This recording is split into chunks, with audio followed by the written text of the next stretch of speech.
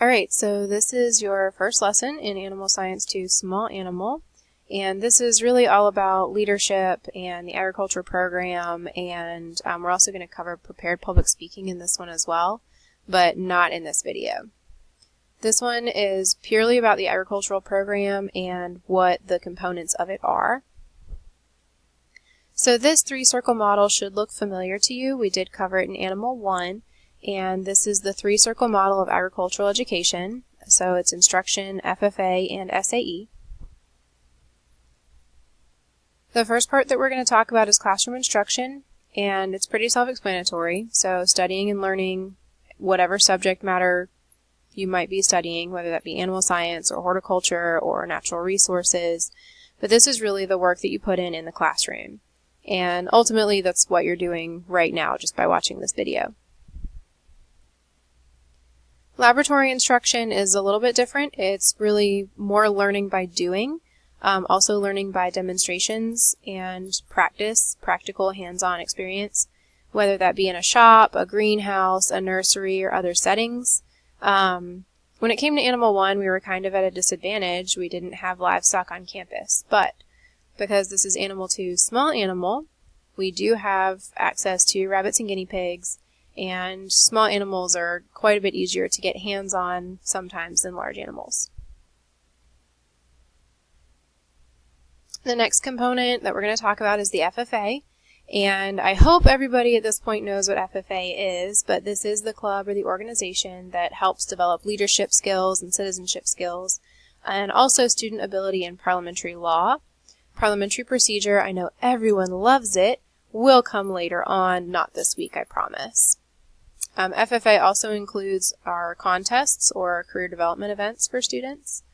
This would include things like livestock judging, veterinary science, introduction to horticulture, floriculture, milk quality, all that good stuff. Communication skills are really developed and influenced through FFA, and particularly through speaking career development events like prepared public speaking or extemporaneous public speaking, creed speaking for those who are freshmen, parliamentary procedure, which is a team public speaking event, agricultural sales, and livestock judging oral reasons, horse judging oral reasons, anything like that.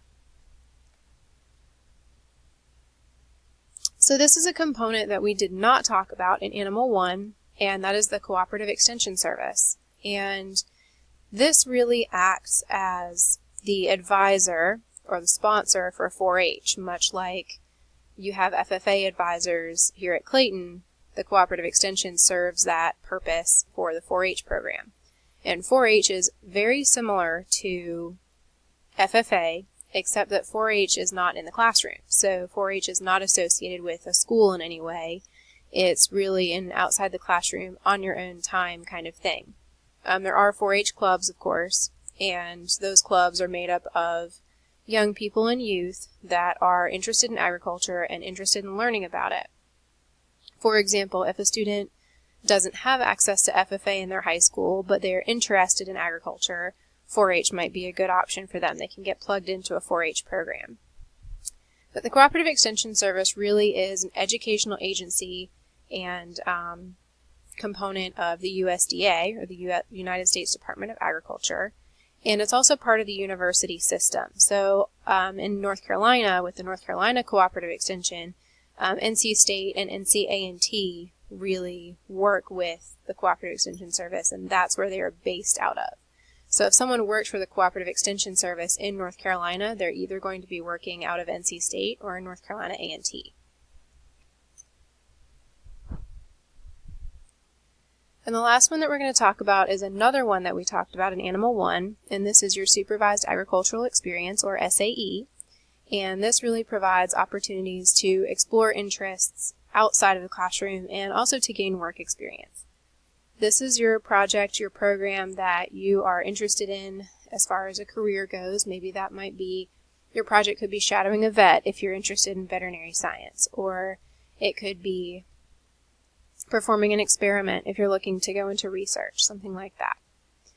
This is the major part of the project that you've completed if you've taken other ag classes before, you will have completed one of these for either me or Mr. Manzer. And you'll also complete it for this class if you have not done one already this year. And with that, we are going to stop here. Leadership qualities will be on another video.